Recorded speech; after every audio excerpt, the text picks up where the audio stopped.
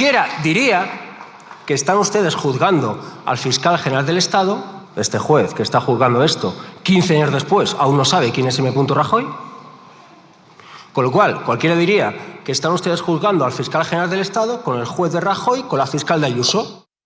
Como una declaración que hicieron periodistas de distintos medios, del Diario, de la SER, del País, de La Sexta, que aportaron algo que yo creo que era muy relevante. Yo tengo mucha curiosidad por leer esa sentencia para ver cómo puede encuadrar el círculo, cómo han conseguido desligar las declaraciones que hicieron tantos periodistas, que de este tema no hablábamos opinando, sino que hablábamos por conocimiento directo, porque nosotros éramos las personas que habíamos recibido esa información, que estaba investigando el Supremo, ver cómo el Supremo ahora ha cuadrado esto. Si fuera la nota de prensa, como algunos medios están ya publicando, me llamaría mucho la atención, porque en la admisión a trámite de esa denuncia, de esa querella contra el fiscal general en el Supremo, cuando se empezó a investigar al Supremo, allí en esa admisión a trámite se dijo que lo que aparecía en esa nota de prensa no era ningún secreto porque ya estaba publicado. Que ahora de repente aparezca de nuevo la nota de prensa, si es que es el argumento final para la condena, me llamaría muchísimo la atención, la verdad. Ignacio, me gustaría preguntarte por las consecuencias políticas que crees que puede tener este fallo, esta sentencia, cuando la conozcamos. Sabemos, porque lo ha dicho el Gobierno, que en los próximos días asume que va a relevar al fiscal general del Estado, luego asumen la inhabilitación, independientemente de que el fiscal recurra al Tribunal Constitucional, pero no sé si crees que puede tener alguna consecuencia política más, si contribuye a debilitar un poquito más a Pedro Sánchez, al Gobierno. Para mí la más clara y más evidente es que esto deteriora la imagen que tiene de la justicia buena parte de la sociedad española.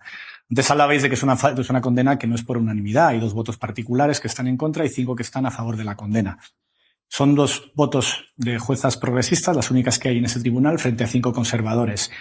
En el Supremo hay que entender cómo se llega al Supremo. No se llega por oposición, se llega por decisión directa, nombramiento del Consejo General del Poder Judicial.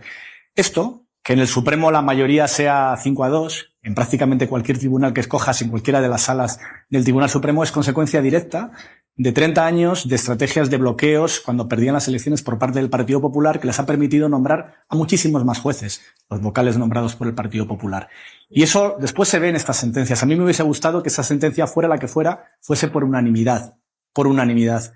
Igual que fuese por unanimidad la admisión a trámite, que tampoco lo fue, y en ese caso era un conservador el que dijo que no había indicios suficientes, no ya para condenar, para juzgar al fiscal. Y creo que en este debate tan polarizado en el que estamos, la primera consecuencia política es esa, que para muchísima gente es muy difícil, para muchísimos ciudadanos, es muy difícil confiar en la justicia. Yo confío en que luego lleguen otras instancias, en el Constitucional y en la Unión Europea, que vean de otra manera los hechos de esta sentencia. Te preguntaba, para el Gobierno, ¿tú crees que puede traducirse en algo o no? Yo creo que para el Gobierno, creo que una parte de la sociedad seguirá pensando que el Gobierno tiene que irse inmediatamente y otra parte de la sociedad que está más justificado que nunca que aguante. Es más o menos como lo veo. Pues nada, habrá que ver qué es lo que dice el Tribunal Constitucional, porque esto tiene recurso, y hasta el Tribunal Europeo. Veremos si el Tribunal Europeo... El Constitucional no es tan rápido como el Supremo. No. Y luego la justicia europea no, y luego da la plana otra vez a la justicia española. Perdona, Nacho, ¿qué decías? No sería la primera vez. Sí, primero que no sería la primera vez que pasa que la justicia europea enmienda la plana a la justicia española. Y segundo, que es verdad que esta prisa es bastante rara, sobre todo porque tampoco es habitual, aunque ha pasado en otras ocasiones, que se comunique el fallo y que la sentencia no es que no se comunique, es que ni siquiera está escrita. Todavía no está escrita la sentencia, pero ya está escrita la conclusión a la que ha llegado este tribunal. Creo que lo lógico habría sido que en un caso de estas características todo viniera a la vez. La condena y los argumentos para la condena. Pues sí, aunque haya tenido que cambiar el ponente de la elaboración de esta sentencia. Escolar, gracias, un abrazo. Gracias. Con más razón. Pues gracias, un abrazo. Está aquí Cristina Almeida, y Cristina Almeida en directo conocía el momento en el que se daba a conocer la sentencia del fiscal general. Te he visto incluso un poco afectada, no te lo esperabas, desde luego. Has hablado de política por encima de justicia. Urgencia por esta condena al fiscal general del Estado. ¿Crees, como ha dicho, pues hemos visto a Figaredo decir que tiene que haber elecciones, y Feijóo también ha comparecido y ha dicho que el presidente tiene que dimitir? ¿Crees que eso debe ocurrir? A ver, esas reclamaciones las llevamos escuchando desde 2018. No digo desde 2023, sino desde 2018. Se puede comprobar. Segundo, es verdad que es inédita, es inaudita la condena, la inhabilitación de un fiscal general del Estado con el fallo que hemos leído. Yo no me atrevo a decir todavía por qué se le ha condenado, porque no lo sabemos. Sí sabemos algunas cosas. Por ejemplo, y yo creo que el lenguaje es muy importante en todos los aspectos, ¿no? Es importante en la política, en el periodismo y en la justicia, sobre todo. Ya no hablamos de revelación de secretos, sino de revelación de datos reservados. Es importante, porque hemos estado meses escuchando la acusación, escrita, por cierto, por alguno de los magistrados que además juzgan, es decir, instruyeron una causa señalando directa y casi únicamente al fiscal general del Estado, y son 5 de los 7 que lo juzgan. Bueno, pues estamos asistiendo a unos conceptos que son diferentes a lo que ha sido todo el proceso, ¿no? Bueno, hay que esperar a ver la sentencia, la lectura, los contenidos, las argumentaciones, etcétera. Pero hemos asistido ya tantas veces a ese proceso creativo de interpretación de la ley que acaba juzgando o condenando por algunas cuestiones que son muy discutibles, y creo que todos tenemos derecho a discutirlas, que a mí lo que me preocupa es que esta sea una sentencia, veremos lo que dicen los votos particulares, una sentencia en la que no solo puede atropellarse, como hemos visto a mi juicio en el proceso, la presunción de inocencia, sino que además se atropelle el derecho a una información veraz de la ciudadanía.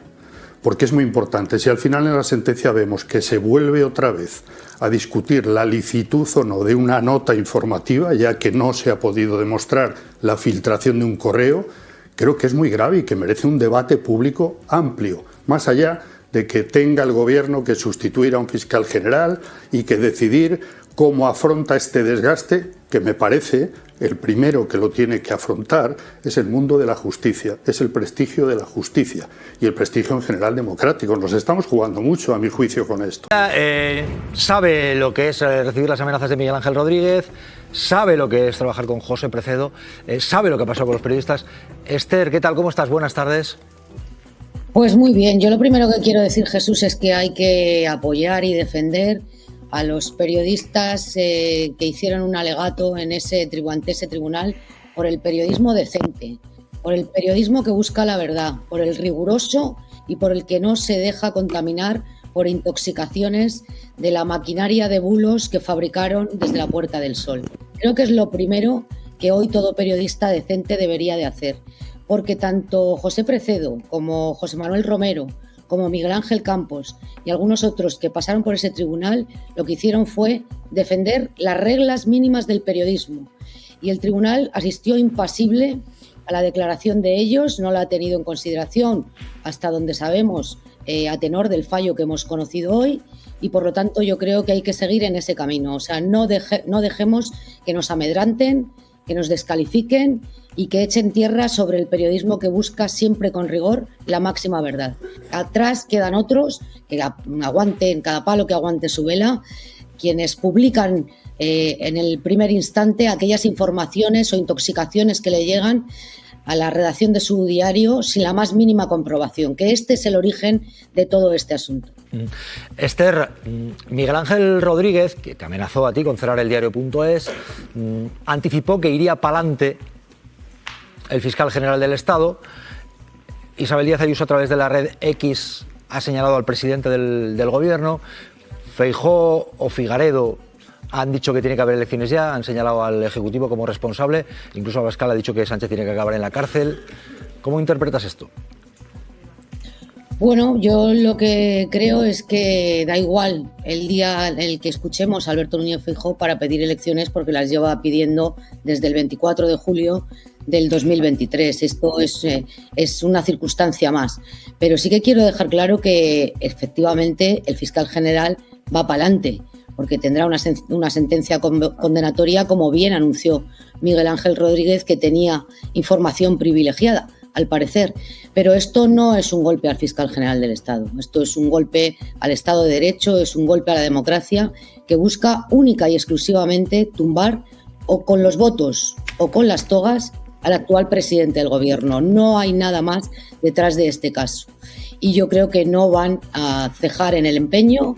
Después del fiscal general del Estado irá el hermano del presidente del Gobierno, después la esposa del presidente del Gobierno, y hasta que no obliguen a abandonar la presidencia del Gobierno a Pedro Sánchez, esto no va a parar. Decía Joan Guirado que Marchena no es de derechas, ha dicho Joan, que no es de derechas, que es una persona, que has dicho, independiente, centrado. ¿Qué decías, Joan? He dicho que no es de derechas, no voy a decir que es de izquierdas tampoco, pero no es de derechas. Vale, Esther. Yo no he mencionado a Marchena. Te lo pregunto yo porque lo decía yo. He dicho antes de la judicatura. Se refiere Guirao, pero sí quiero decir, porque he estado escuchando a Ekaizer, que en el diario.es el sábado por la noche teníamos la misma información que Ekaizer. Sabíamos que Marchena llevaba desde el mismísimo viernes ahormando una mayoría para condenar al fiscal general del Estado y que la proporción 5-2 la tenía apuntalada el sábado por la noche.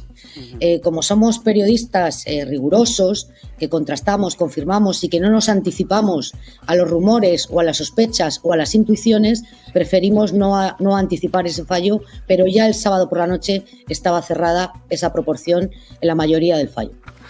Que me diga, pues que me haga una primera valoración con respecto a esta sentencia, en la que, por lo visto, al igual que en el caso de instrucción, la opinión de los periodistas, la aseveración de que ellos conocían la información antes incluso que el fiscal general del Estado, pues no ha tenido mucho peso, ¿no? Porque falso testimonio entiendo que no habréis levantado en sede judicial, ¿no, Miguel Ángel? Absolutamente no, por supuesto, ya lo dijimos en sede judicial, declaramos la verdad. Una cosa es que no desvelemos, pues las fuentes de información, pero otra muy distinta es que contemos una mentira. Nosotros, el periodista, solo tiene un patrimonio que es su palabra, que es la verdad, que es su credibilidad, y por supuesto que no la va a manchar por absolutamente nadie, y menos por un fiscal general del Estado que, al menos en mi caso, pues prácticamente no conozco de nada. La sentencia, es muy pronto para valorarla en profundidad porque efectivamente no conocemos esos fundamentos jurídicos, esa argumentación en la que se va a basar el nuevo ponente, el presidente Martínez Arrieta. Pero en definitiva, ni siquiera sabemos si la sentencia condenatoria se basa en la supuesta filtración de ese correo, en la filtración del correo, más en la nota de prensa o en los dos. Y por lo tanto, pues habrá que esperar un poco a lo que sucede. A priori sí, como dices, Iñaki, parece ser que los magistrados no han dado credibilidad a los periodistas y tendrán que fundamentar por qué, si es así. Hola, Miguel Ángel, ¿qué tal? Muy buenas tardes. Yo te quiero preguntar por una situación que puede ser que choque ahora mismo a mucha gente, y es que estamos acostumbrados a hablar de los retrasos que lleva la justicia y, en cambio, esta sentencia ha llegado muy rápido.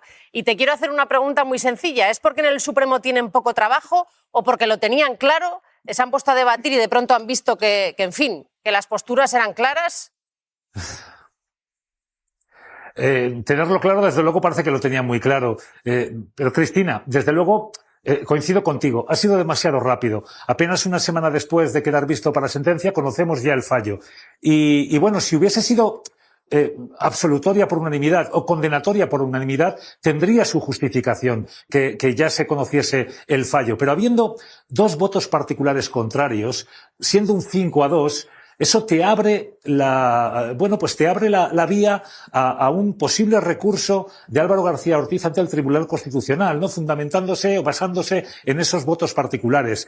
Y el Tribunal tal vez debería haber agotado las reuniones, las deliberaciones hasta marzo, si fuera necesario, para tratar de convencer a esos dos votos particulares, porque se trata, no olvidemos, de una sentencia histórica. Por primera vez se juzga y condena a todo un fiscal general del Estado. Debieron hacer un esfuerzo mayor, entiendo, para alcanzar una unanimidad que suponga o que ponga más en dificultades el cuestionamiento de la sentencia por parte de órganos jurisdiccionales superiores. Me estoy refiriendo al Tribunal Europeo de Derechos Humanos o me estoy refiriendo al Tribunal Constitucional. No se han visto o no recuerdan sus señorías la película de Sidney Lumet, 12 hombres sin piedad. Recordaréis que Henry Fonda es el único al principio que defiende la culpabilidad de una persona que iba a ser condenada y finalmente convence a todo el resto. No sé si es que lo tenían tan claro, los 5, o es que tal vez tuvieran miedo de que si entraban en el debate pudieran, pues alguno de ellos, de esos 5, verse convencido por los otros 2. En fin, el tiempo lo dirá tal vez. Pablo, por favor. Que no suelo ser tibio a la hora de pensar a lo que se atreve la derecha. Dije la semana pasada aquí que yo pensaba que no se iban a atrever con el fiscal general a condenarle, que ya le habían hecho pasar por la pena de banquillo. Claro, González Amador hoy ha lanzado un mensaje muy importante. Si a un tipo como el fiscal del Estado le hacen lo que le han hecho, por ir a por mí, que soy el marido o el novio de la presidenta de la Comunidad de Madrid, a ver qué juez se atreve a ajustarle las tuercas a este tipo después de lo que se han atrevido a hacer con el fiscal general del Estado. Es un mensaje tremendo. A ver quién es el juececillo que se atreve con después de lo que le ha pasado al fiscal general. Y claro, yo entiendo que hay muchos periodistas progresistas que están desolados, pero claro, yo les quiero recordar que cuando nosotros decíamos, oiga, lo de Escalonilla con nosotros es un escándalo,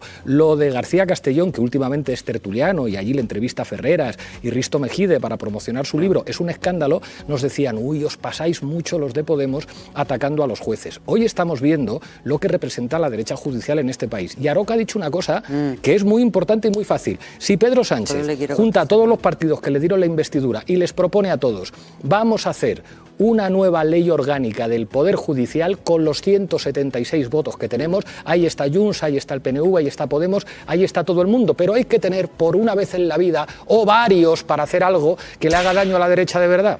Jesús Maraña, ¿qué tal? ¿Cómo estás, tocayo? Buenas tardes. Al general del Estado, lo que parte de el caso del presunto fraude de Hacienda de la pareja de Díaz Ayuso, de momento ahora acaba con la condena al fiscal general del Estado. Pues primero decepción, porque hasta ahora ya me tenían casi convencido de que la justicia era muy lenta y de que no tenía medios, y resulta que esto ha circulado con una velocidad y con un alarde de herramientas y de medios sorprendentes. Por lo demás, bueno, me sorprende muchísimo que se haya cogido una fecha tan señalada para perpetrar este golpe de autoritarismo judicial, que recuerda mucho a eso de que la transición está bien atada y bien atada. Bueno, sorprendente también porque, curiosamente, a un señor que se le condena por revelación de secreto y desde hace unos días los pasillos del Supremo sabía todo el mundo la condena ya. Y bueno, incluso se publica hoy, en esta fecha tan desgraciada o tan festiva, depende de cada uno cómo lo tome, cuando se podría haber publicado cuando tuvieran redactado la sentencia, ¿no? Creo que los modos y las maneras también son importantes. Bueno, esto está todo rodeado en un halo de anormalidades que hace que el señor Bolaño tenga que hacer piruetas para, al mismo tiempo que muestra su disconformidad con esta sentencia, sostener que hay que mantener la confianza y la reputación de la justicia. Pues yo creo que no, que hoy día la confianza y la reputación de la justicia ha sido severamente dañada, y el Tribunal Supremo probablemente a partir de ahora va a estar en los peores momentos de toda la democracia. Creo que el aprecio ciudadano no es grande, pero además os diré una cosa, ya me ha dado tiempo a contactar con algunos, digamos, representantes de los sectores más conservadores de este país, y están ligeramente también decepcionados, porque en su manera de concebir la justicia como una venganza, lo que esperaban es que el señor fiscal del Estado acabara en la cárcel, y además que quedara clarísimo la vinculación del fiscal general del Estado con la Moncloa y concretamente con Pedro Sánchez. No ha sido así, por tanto, decepción también. Por eso insisto que el Tribunal Supremo va a salir muy tocado de todo esto. Bueno, Javier, yo te pregunto, ¿esto es una derrota para aquellos que creían que el periodismo y la comparecencia de periodistas en este juicio iba a ser el respeto pues a las fuentes? Dijeron ellos que no les había filtrado el fiscal general. ¿Crees que también es un mazazo a los periodistas de investigación? Sí. ¿La condena al fiscal general? Puede ser que lo sea, pero aquí no se trata de defender ahora el prurito o la reputación de los medios de comunicación o de algunos periodistas valientes. Aquí se trata de poner en tela de juicio, en mi opinión, impugnar un poder que hay que recordar que de los tres poderes es el único que no es electo y que no ha padecido, llamémoslo así, o que no ha experimentado una transformación radical desde el régimen anterior a la actual democracia. Hoy que celebramos los 50 años, festejamos los 50 años del fallecimiento del dictador. ¿Por qué? Porque los jueces españoles pasaron de administrar la justicia franquista directamente y sin despeinarse, aunque alguno peinado, a administrar la justicia democrática. Eso, la gente no se vuelve demócrata de un día para otro. El hecho de que Franco se muriera no significa que al otro día todos los españoles fuéramos demócratas, no. Hay alguna gente que no, las encuestas lo dicen, ¿no? Y yo no que quiera decir que todos los jueces celebren hoy el 20 de noviembre, no, eso no lo digo. Sé que hay muchos jueces excelentes, honrados, honestos y demócratas, pero es verdad que hay un grupo de ellos que celebran con entusiasmo este tipo de acontecimientos, ¿no? Y que no se privan a la hora de hacer coincidir en su control del cronograma pues mensajes simbólicos. Yo creo que el Tribunal Supremo hubiera hecho muy bien en un ejercicio de autohigiene, que la autohigiene también es muy importante, el haber tenido la prudencia de no haber hecho coincidir la publicación de la sentencia con este día. ¿Por qué? Porque lo podría haber hecho, porque es que no la tienen ni redactada, que ya también es otra cosa peculiar, ¿no? Que publiquen urgentemente el resultado de la sentencia sin ni siquiera tenerla redactado, y siendo así, además, que me parece también un asunto que no es baladí, que la ponente, la que estaba diseñada para redactar esa sentencia, pues era partidaria de la solución. Y sin embargo ha sido apartada, ¿no? Y espero que el voto particular sea pedagógico, ¿no? Y bueno, espero que sea pedagógico también la explicación de la sentencia por parte de los otros 5, ¿no? Creo que hoy se abre un expediente nuevo en la justicia española, y esto va a ser muy pedagógico, porque probablemente haga que nos movamos todos un poco y lleguemos a la conclusión, como algunos hemos llegado hace mucho tiempo, que la democracia no es posible con jueces que no sean demócratas. Los jueces pueden ser de izquierda, de derecha o de nada, pueden ser católicos, musulmanes o hindúes, a mí eso me da igual. Lo que es importante es que cumplan con la ley y que sean respetuosos con el orden constitucional. Si hay jueces que piensan que ellos, que son un poder no electo, mandan más que el poder ejecutivo y el poder legislativo, es que estamos reviviendo el espíritu de las leyes de Montesquieu, porque os recuerdo de este libro que todo el mundo habla y que casi nadie se ha leído, que de lo que advertía Montesquieu en la separación de poderes era precisamente del abuso de los jueces. Y creo que estamos en un momento peligroso, no solamente en España, sino en otros muchos países democráticos. Lo advertía la prensa anglosajona el otro día, como hay un papel creciente de los tribunales supremos pretendiendo interferir e incluso gobernar en lo que se llama la juristocracia. Creo que eso es un peligro para el sistema democrático y que deberíamos de combatir con inteligencia. Tampoco hay que sacar los pies del tiesto, hay que ser inteligente. Antes decía alguna de mis compañeras o de mis compañeros que había que, en cierto sentido, concitar el acuerdo y el consenso entre todas las fuerzas democráticas. Estoy de acuerdo, sería una buena ocasión para que el presidente convocase a todos aquellos que lo hicieron presidente, para que desde una posición sensata, dialogada y honestada pudiéramos llegar a avances legislativos, porque al final con todo esto se acaba gracias al poder popular que se sienta en los parlamentos, y creo que hay que ser generosos y llegar a posiciones comunes para defender la democracia, porque lo que está en peligro ahora mismo no es que gobierne la derecha o la izquierda, que también, sobre todo si hablamos de la extrema derecha, lo que está en peligro es la mismísima democracia. Javier Yo así lo digo y así lo siento. Hola Jesús, buenas tardes. Y usted como juez, ¿cómo valora esta condena al fiscal general del Estado? Mójese. Bueno, es difícil mojarse sin conocer el contenido de la sentencia, porque las razones explicarán cómo se llega al fallo. Sí que es cierto que evidentemente es una condena singular, sin precedentes en la historia de nuestro país, pero además hay también muchas otras situaciones de este caso que no tienen precedentes, que lo convierten en un caso singular, excepcional. Nunca se había dividido el Tribunal Supremo para decidir si había un juicio o no. Y aquí no es que se dividió, es que además un magistrado emitió un voto discrepante muy duro diciendo que más o menos son una especie de obra de ficción, ¿no? Los hechos de los que se acusaba el fiscal general, y que no había ni la más mínima base para que se celebrara un juicio. En España hay al año, como sabemos, cientos de filtraciones en juzgados y fiscalías. Nunca jamás se había incriminado a un juez o un fiscal, también es la primera vez. Y se sigue la misma línea de una sentencia que sí que sabemos, lo que sí que sabemos es que también tendrá notables divisiones dentro del tribunal, y esto lo lleva a considerar como un caso bastante singular.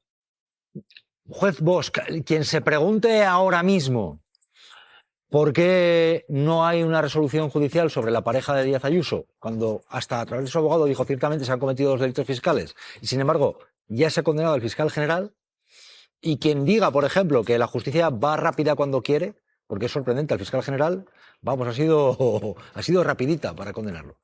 ¿Qué le diría?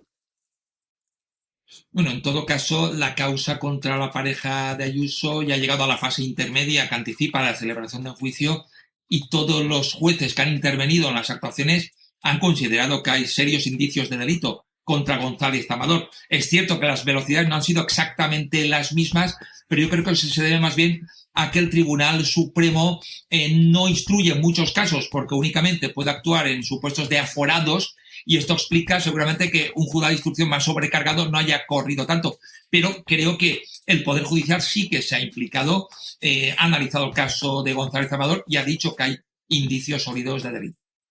Joaquín Bosch, gracias por acompañarnos en Malas Lenguas y buenas tardes. Gracias.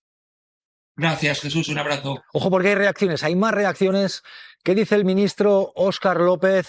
Gracias, Joaquín Bosch. Cuéntanos, María Molero, última hora.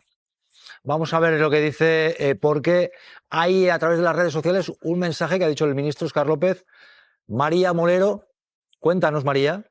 Y lo vamos a ver ahora mismo. El ministro Óscar López ha respondido a través de Twitter a la presidenta Isabel Díaz Ayuso y ha dicho en inglés, en un perfecto inglés, dice: hoy el mundo sabe que tu pareja está pagando tanto el piso como el ático donde vives con dinero supuestamente defraudado del erario público. Y continúa el ministro: por una cantidad que constituye un delito. Y sentencia al ministro Óscar López. Y también saben que no hablas inglés, pero el ministro sí, y lo ha escrito en un perfecto inglés. Luis Arroyo, Marta, ¿cómo lo veis? Bueno, es que estamos en una situación, y reitero, ¿no? Estamos en una situación en la que el origen no se debe olvidar. El origen es que a alguien se le ocurre tocarle las narices a un presunto delincuente, ¿no? Que es el novio de la presidenta de la Comunidad de Madrid, que se lleva una pasta en plena pandemia por comisiones de mascarillas. Este es el origen de todo. Y alguien le toca las narices intentando desvelar la verdad frente a un bulo promovido por el jefe de gabinete, por Miguel Ángel Rodríguez, asesor de comunicación, tipo, en fin, presuntamente muy listo también, muy inteligente, montan un pollo espectacular y encima el que paga el pato es el fiscal general. No recordemos el origen, porque es evidentemente... No olvidemos el origen. No olvidemos el origen. ¿Qué he dicho? No recordemos. No olvidemos el origen, porque recordemos que es una causa política que tiene un origen político.